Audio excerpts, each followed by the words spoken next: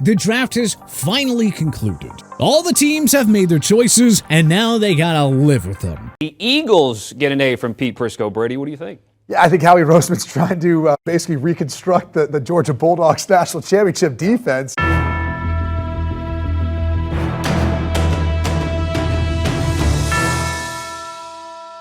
How did everybody fare during this year's draft? Well, let's dive into our 2023 NFL Draft Report cards for all 32 teams and find out. Arizona Cardinals, B+.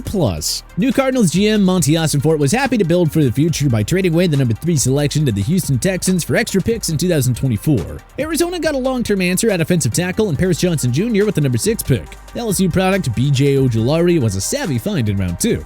And he just might shore up this team's issues in the pass rush department. As for Syracuse corner Garrett Williams, the number 72 pick, well, he should start immediately. Atlanta Falcons, C. Taking Bijan Robinson 8th overall when you already have a 1,000-yard rusher in Tyler Algier? Yeah, that makes zero sense to us. Atlanta avoids a C- here because Utah corner Clark Phillips was a terrific value selection in round 4. Baltimore Ravens, A-.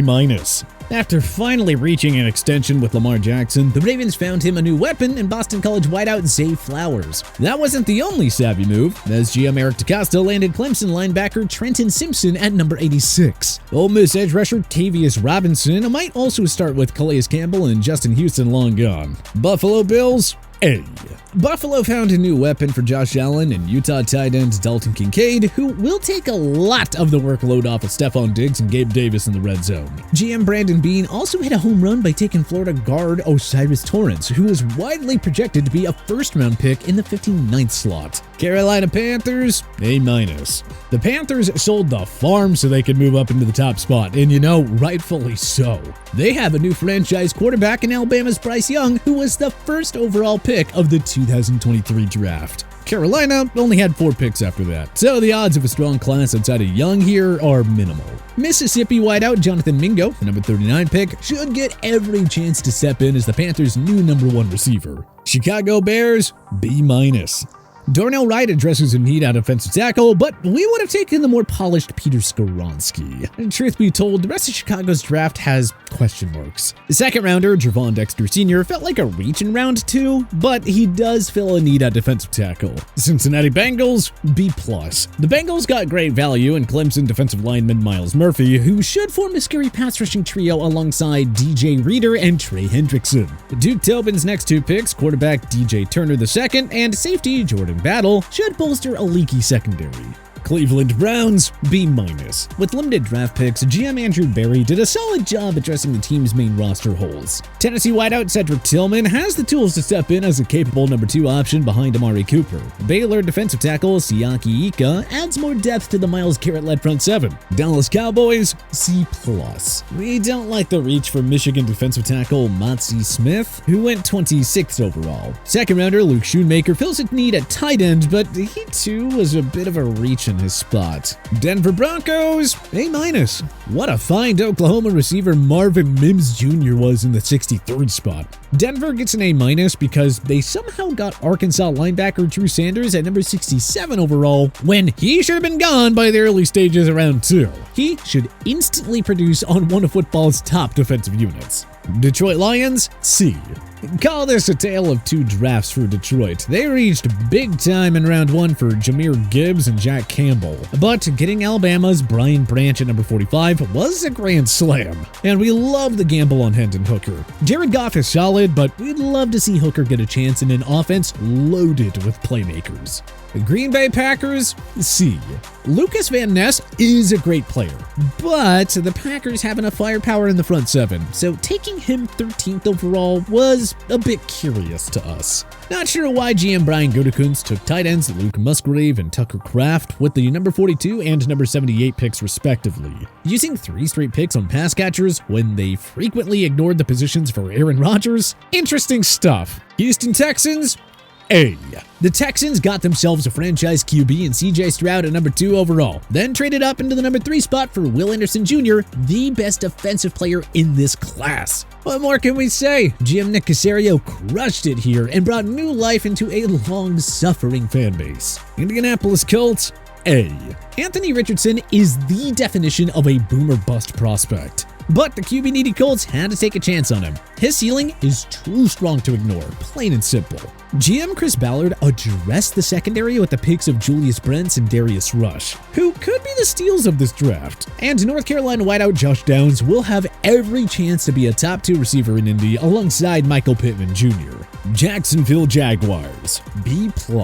Oklahoma offensive tackle Anton Harrison should start immediately with Jawan Taylor gone and with Cam Robinson suspended. With Evan Ingram entering his contract year, taking Penn State TE Brenton Stage was a good plan B move in case the former leaves next year. Not sure how safety Antonio Johnson fell to them in the number 160 spot, but hey, the Jaguars won't complain. Kansas City Chiefs, B-. The D-line wasn't Casey's biggest need, so we were a bit surprised to see them use the number 31 pick on Felix Anudike-Uzomah. We honestly would have taken a receiver there, but hey, Casey addressed the position in round 2 when they took SMU's Rashee Rice in the 55th slot. Brett Veach's other picks don't wow us, but he found his fair share of hidden gems as Casey's GM.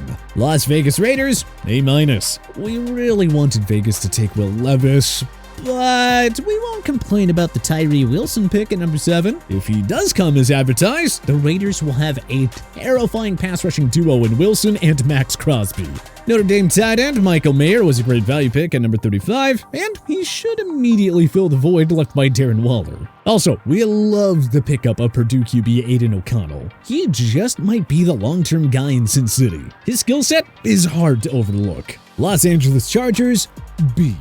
The Chargers added another weapon for Justin Herbert in Quentin Johnston. Good move, with Keenan Allen likely entering his final season with the Bolts. Their run D has been an issue for a while. GM Tom Telesco took linebackers Tuli Tuipulotu and Diane Henley with his next 2 picks, so let's see if they can step in as starters and help take some of the pressure off of Khalil Mack and Joey Bosa.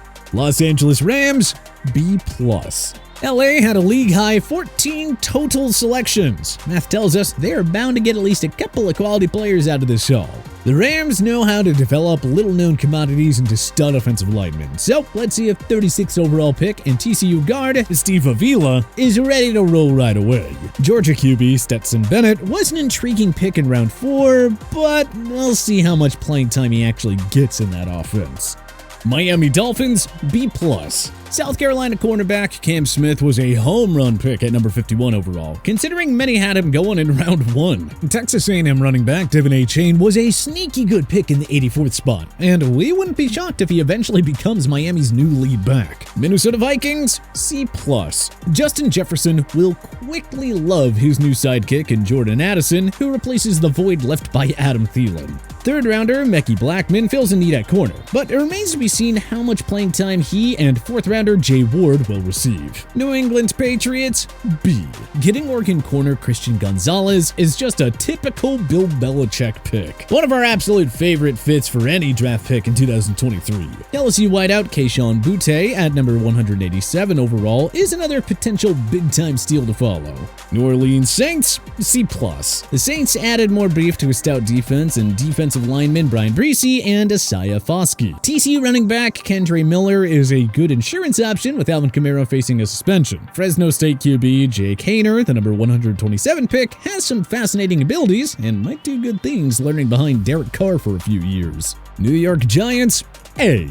Maryland corner Deonte Banks gives the G-men a potential grade A shutdown corner to go up against the many stud pass catchers in the NFC East. Minnesota center John Michael Schmitz was a sneaky good pick in round 2, and he'll hopefully round out a rapidly improving O-line. The Giants needed a wideout and got great value in Tennessee's Jalen Hyatt at number 73. Take a bow, GM Joe Shane, you deserve it.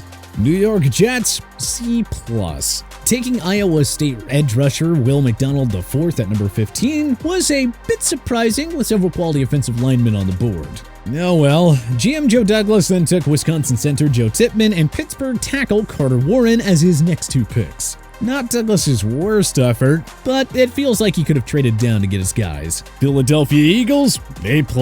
Death taxes and Howie Roseman loading up on Georgia Bulldogs defensive players. Roseman got Jalen Carter, whom many ranked as the top all-around prospect in this class, at number 9. No clue how Georgia linebacker Nolan Smith fell to them at number 30. He honestly should have been a top 15 pick. Another Bulldog corner Keely Ringo slipped to Philly at 105. Just another productive day at the office for Roseman and the Eagles. Pittsburgh Steelers, A. The Steelers got a much-needed boost on the O-line and Georgia's Broderick Jones. They picked up Penn State corner Joey Porter Jr., the son of ex-Steeler great Joey Porter, in round 2. Wisconsin defensive tackle Keanu Beaton and linebacker Nick Herbig were good value picks who could emerge as starters within a couple of years. San Francisco 49ers, C+. Taking kicker Jake Moody in round 3 at number 99 was curious. But what a find Penn State safety Jair Brown was at 87 overall. Why take Alabama tight end Cameron Latu at 101 though when you already have George Kittle? That was pretty curious. Seattle Seahawks, A+. The Seahawks got the best corner in Devin Witherspoon and the best receiver in Jackson Smith-Njigba. Hat tip to you, John Schneider and Pete Carroll. Absolutely no complaints from us. The Hawks ruled the draft again. Tampa Bay Buccaneers, B. We're quite surprised that the Bucs didn't take a QB here. But Jason Light hit the jackpot with his first 2 picks. Kalijah Kancey should form a scary good interior D-line duo alongside run-stopping machine Vita Vea. Getting guard Cody Mauch at number 48 overall was also excellent value. Tennessee Titans, A+. The Titans got the most well-rounded offensive lineman in Peter Skoronski. Then they got Kentucky QB Will Levis at number 33 overall, thus setting the stage for the franchise to finally move on from Ryan Tannehill. Hard-running Tulane running back Ty J. Spears should be a nice compliment to Derrick Henry. Washington Commanders, B-. We wish the Commanders took Will Levis while he was there, but we can pardon them for using their first 2 picks on defensive backs Emmanuel Forbes and Jartavius Martin. O-line was also in need, and the Commanders came away with Arkansas center Ricky Stromberg and Utah tackle Braden Daniels. Not bad at all. But which team do you think had the best performances of the 2023 NFL Draft? Join us in the comments section below. If you like this video and learned a thing or two, clicking the like button helps out a ton. And hey, we appreciate it. If this is your first time coming around to TPS though, subscribing is a great idea because we put out videos like this every single day. But as always, thanks for watching and we'll see you guys next time.